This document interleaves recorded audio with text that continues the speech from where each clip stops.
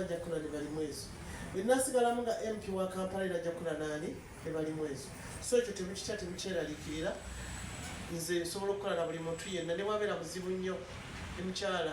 omwetoowaze asobola okukola na buli muntu yenna so temulowooza kusikamigwa temulowooza nti sibeera mu byapate ngaali mu service delivery katuli mu kukola tetuli mu byapate byawedde dda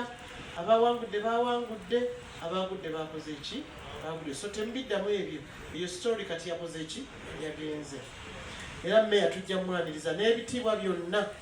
era naluno olukiiko nalumugambyeko nabadde muyise ejjo natasobola kujja nembeera mu bizinesi mukubira bakitazze nga njagala kuba ye shadow minister ate owa NUP nadde njagala abeera otukiriziganye so tujja kutuula tumunyonyola ebikola ki ebigenda mu maaso kataliko kaleere ne mubutale obulala naye abantu abaliyo baavaayo mukikkirize ebbanga lyetwabatwalamu baagenda lwaki kati bakomyewo kubanga balabye nti buli muntu ali bize katusaba asobola okuddawo yali addewo